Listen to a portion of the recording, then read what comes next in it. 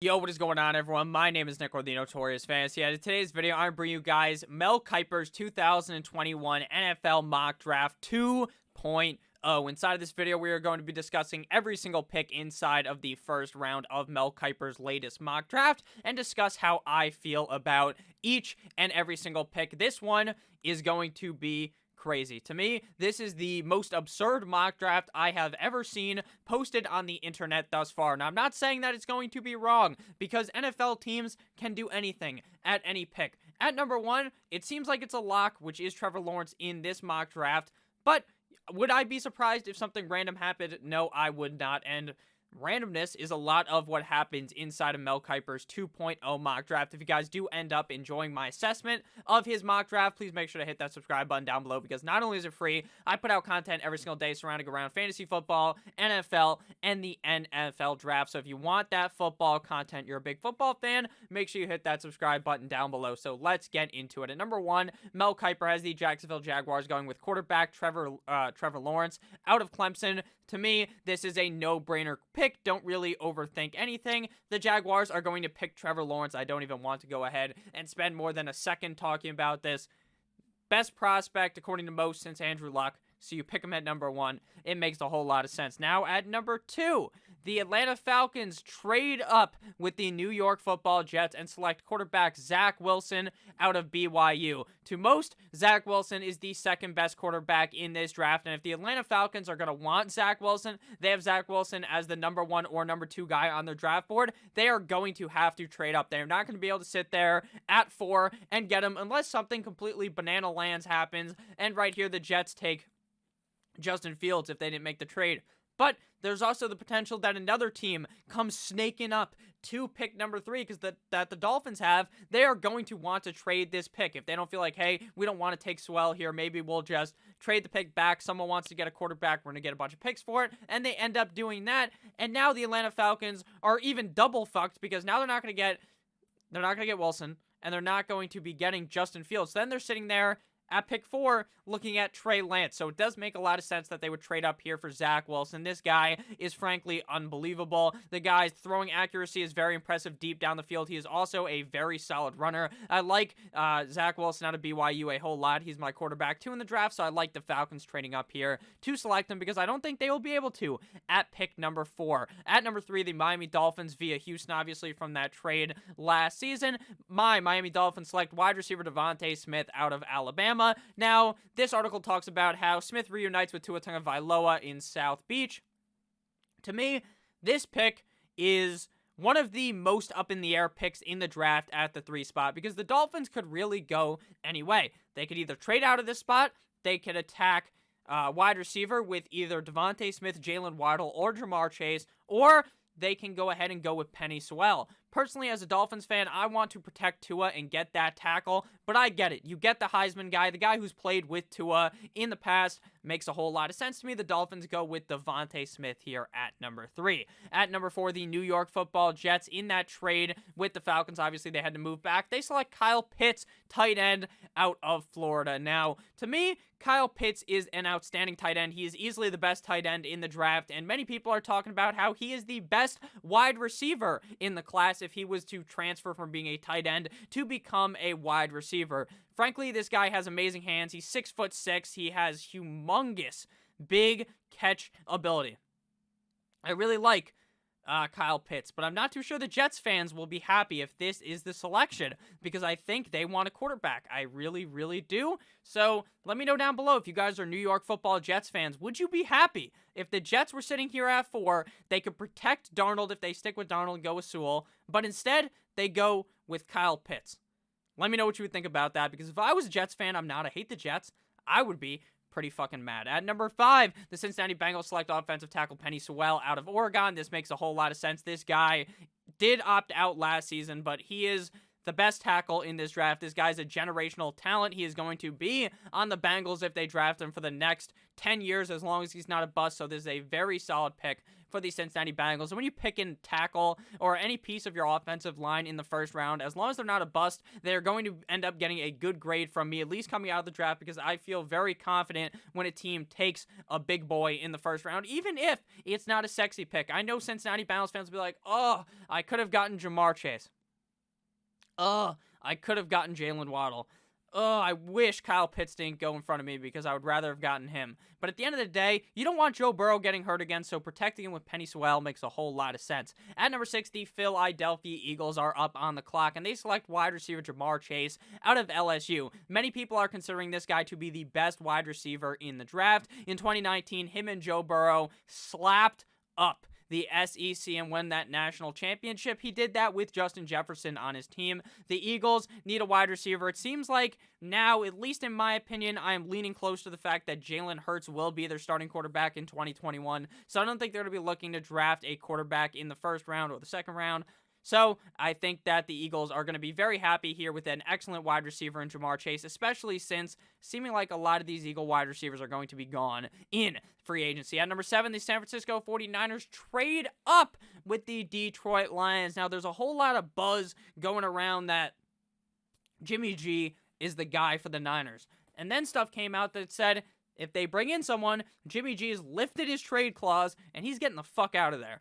Personally, I don't think Jimmy G is a bad quarterback, but Jimmy G is just one of those guys. He's like Kirk Cousins, but worse. He's a system quarterback. He is going to be kind of one of those quarterbacks that if he's in the correct system, he's going to play very good. He's a very safe quarterback. He's never really going to make those amazing plays that makes your eyes ejaculate, but he's also never going to make those plays that make your head turn and be like, oh, that was really dumb, if I'm being honest with you. So Jimmy Garoppolo is an all right player, but here, he's gone. He's out of the picture in this scenario because the Niners trade with the Lions and select quarterback Justin Fields out of the Ohio State University. Now, I'm not the biggest fan of the Ohio State University quarterback Justin Fields. He's a extremely athletic quarterback who is going to be given, in the right situation, a position to mold, to get groomed into a very good quarterback. But in this scenario, if they trade up with the Niners, I feel like Jimmy G is going to be gone, and he is going to be thrusted right into the starting quarterback slot, which I think is going to hurt Justin Fields, but I think he's fine, and he's obviously worth a top 10 pick in the NFL draft. At number 8, this is where it starts getting crazy. The Carolina Panthers are on the board. Pretty much everyone unanimously is seeing the Panthers if they're here and Trey Lance is available. This is a smash pick. It's like that button that says nut. The Panthers, they smack it nut when you draft Trey Lance here at number 8. But instead, they do some type of fucking wizardry and go with Mac Jones, quarterback out of Alabama, at the number 8 pick. Now, I don't think Mac Jones is bad. Don't mistake that. Don't what I just said, don't make that think that from what I said, don't think that I think that Mac Jones is bad. I just feel like Trey Lance is unanimously quarterback 2 through 4 in the draft, and Mac Jones is number 5. The Panthers clearly, in this scenario, really like Mac Jones. During the week, it's no question that Mac Jones, former NFL GM Mike Tannenbaum, said about his performance at the Senior Bowl. So it seems like some of these ex-NFL GMs think that. But what do the Carolina Panthers think? I don't know. I think Trey Lance would fit good there to learn behind Teddy Bridgewater. I'm not too sure Mac Jones would be the pick here. I think if this was to happen on draft day, a lot of Panthers fans will be mad. I don't think that Mac Jones is going to be bad in the NFL. He was a Heisman contender. The guy was slinging it all over the field last season. He is very, very good deep ball-wise. But it seems like Trey Lance would be better. So I don't know. Let me know what you guys think down below if you're Panthers fans. This is an interesting pick here at 8. At number 9, Trey Lance goes, but not to the Broncos, who originally had this pick. The New England Patriots trade in to grab their new quarterback that is inevitably going to turn into the greatest quarterback on the planet like Tom Brady was. Trey Lance out of North Dakota State. Bill Belichick sneaks his way up into the draft and selects an amazing quarterback. This motherfucker ran for 1,000 yards in 2019. 1,000 yards. 14 touchdowns. Threw for 28 touchdowns. Literally threw 0 interceptions. It's crazy. But then when you think about it, Lance is playing up against these kind of not as good schools because he's playing at North Dakota State. He's not playing in the SEC. He's not playing in the Pac-12. He's not playing in the Big 12, the Big 10. Okay? So understand that this pick is going to be heavily debated. People are going to heavily debate about Trey Lance because of where he played. Because some people have a shitty stain in their mouth from another quarterback who went to North Dakota State named Carson Wentz. That's just going to happen. But the Patriots seem like a good team to mold Trey Lance up into something great. And by the Patriots team, I mean Coach Bill Belichick. At number 10, the Dallas Cowboys go with cornerback Patrick Surtain, the second out of Alabama. If you guys have ended up enjoying Mel Kiper's mock draft thus far, my breakdown of it, make sure you hit that subscribe button down below. I would really appreciate that. So the Dallas Cowboys go with a pick that I pick pretty much every single time inside of my mock drafts. Corner Patrick Surtain. Now, you can argue Caleb Farley is better than him, and I'm not going to go into some argument into the comment section about that. You know, it's a pick your poison pick at the cornerback position between Patrick Surtain and Caleb Farley. I think they're both great. Surtain, better ranking based on Pro Football Focus, but again, I'm not some type of fucking nerd that really cares all that much about PFF grades. I care about what I see. Both these guys seem very good, and they seem like they can do it at the NFL level. The Dallas Cowboys need defense, and this is a great add to add a potential lockdown corner in the NFL in Patrick Surtain out of Alabama. At number 11, the New York Football Giants do Danny Dimes a justice and select wide receiver Jalen Waddle out of Alabama. Now, a lot of people are not as... Jalen Waddle, to me, is all over the place. To, at least in my opinion, the perception other people have. Because I'm seeing Jalen Waddle be like pick 20 in some drafts. I'm seeing this motherfucker go as like pick 3 in other drafts. So he's all over the board. I really do like this pick, though, for the Giants. Like I said at the beginning, it gives Daniel Jones no more excuses. Daniel Jones has never had a wide receiver that had as much skill as Jalen Waddle. And if he fails this year, then you know what they're going to do? They're going to send him out of town. But you know what they're going to do? They're going to be very happy that they selected a great wide receiver out of Alabama in Jalen Waddle. At number 12, the Detroit Lions, after that trade with the San Francisco 49ers, now they're up at pick 12. They select linebacker Micah Parsons. He opted out in 2020, but this guy is a tackling machine out of Penn State University. I really like this pick to the Detroit Lions, bolstering up a defense that really needs some bolstering. Obviously, they just brought in Jared Goff. They got a bunch of first-round picks in that trade, and they're looking to rebuild for the future, and they're going to build their defense up with a great linebacker in Micah Parsons. At number 13, the Chargers are up, and they go with O-lineman Rashawn Slater out of Northwestern. The Chargers here are making a smart decision. Protect Justin Herbert. You drafted this motherfucker at number 6 last year. He beat down, murdered anyone's established knowledge of Justin Herbert. Everyone going into this year, unless you are the 1%. I really believe 99% of people thought Justin Herbert was going to be a bust. I really do. And he's not. He's not. He's one of the... Is he a top 10 quarterback in the NFL? I think so. Was he Rookie of the Year last year? Yes. Is he better than Joe Burrow? I don't know. Seems like he's better than Tua. I'm a Dolphins fan. I hope Tua's great.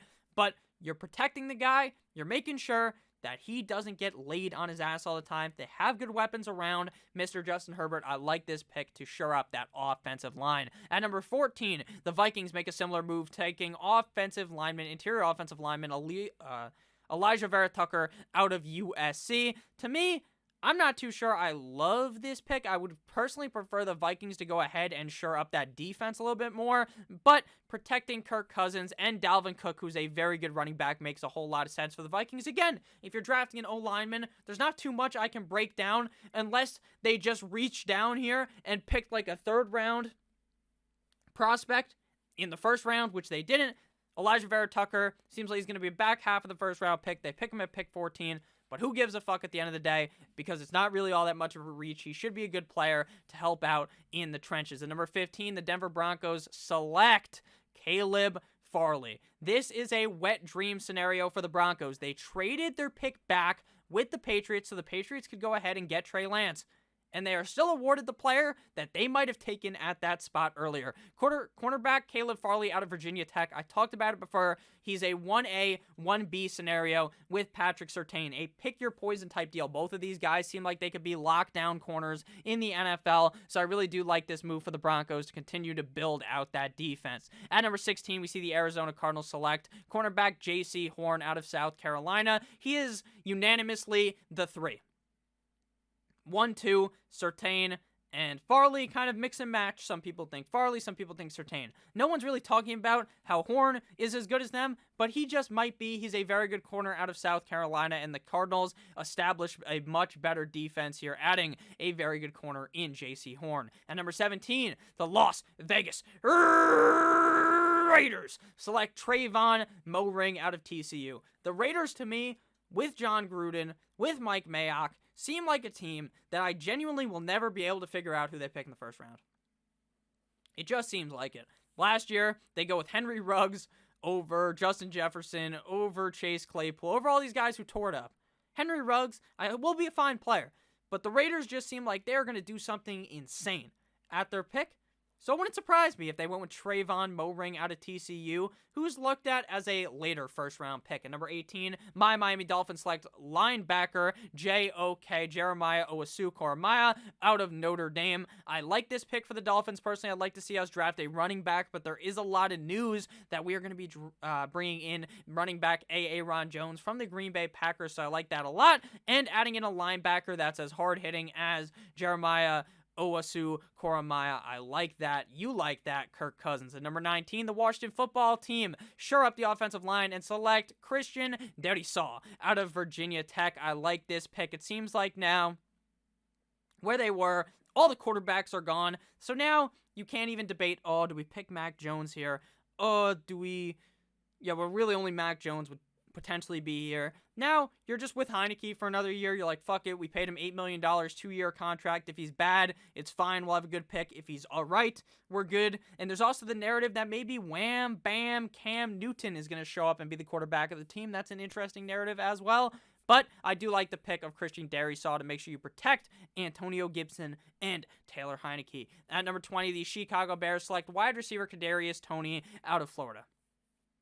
The NFL draft community loves Kadarius Toney. They do. They like him better than Rondell Moore. They like him better than Amon St. Brown. They like him better than the other LSU guy, whose name is escaping my head at the current moment. But, I mean, it's a fine pick. The Bears seem like they may lose Allen Robinson. They need to add wide receivers to this team. Maybe they bring in Russell Wilson. Now, this is very interesting to see what's going to happen in the next coming days because it's going to completely shift the whole draft. Everything we thought about the draft is flying right out the window. Once Deshaun Watson gets traded, which to me 100% chance, and potentially if Russell Wilson gets traded, the whole draft shifts in that scenario. It's going to be interesting to talk about that when that time comes. But right now, seems like the Bears might be getting Russell Wilson. I don't think Russell Wilson's going to get traded, but it's possible. I like the Bears. I like them getting Kadarius Toney here, and without selecting Mac Jones, seems like they're to be stuck in another year of kissing titties. Trubisky at number 21, the Indianapolis Colts select defensive end Gregory Rousseau out of Miami. This guy is amazing. He does not get enough hype, in my opinion. If you're a quarterback and you see Gregory Rousseau come on this edge, you are literally going to be shitting your pants. I really like him. And I think that the Colts adding more to their defense is going to be key. Since I think their offense is stacked, though, they could go wide receiver here. But with Toney gone, I think it makes sense to go with a defensive end here. At number 22, other Miami University defensive end, Jalen Phillips. Jalen Phillips got a perfect opportunity in 2021. Because Rousseau opted out, Jalen Phillips fit in there like a glove, but not like the glove that O.J. Simpson had, because if the glove don't fit, we must acquit. Jalen Phillips, defensive end out of Florida, the Tennessee Titans, the Le Titans, bolster up that defense. They need help on defense anywhere they can get it, so I like Jalen Phillips here. At number 23, the New York Football Jets select defensive end Kwity Paye out of Michigan. Now, this is interesting because my brain already had Kwity Paye gone, even though I never said that because my brain just works that way. Kwity Paye is the best edge rusher in this draft.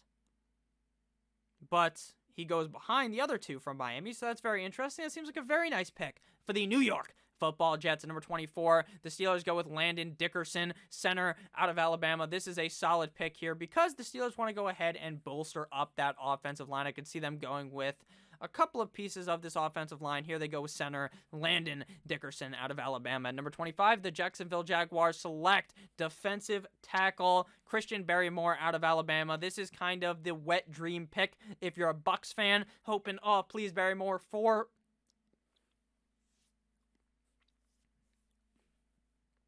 score in 55 years in the past, sounding like Abe Lincoln.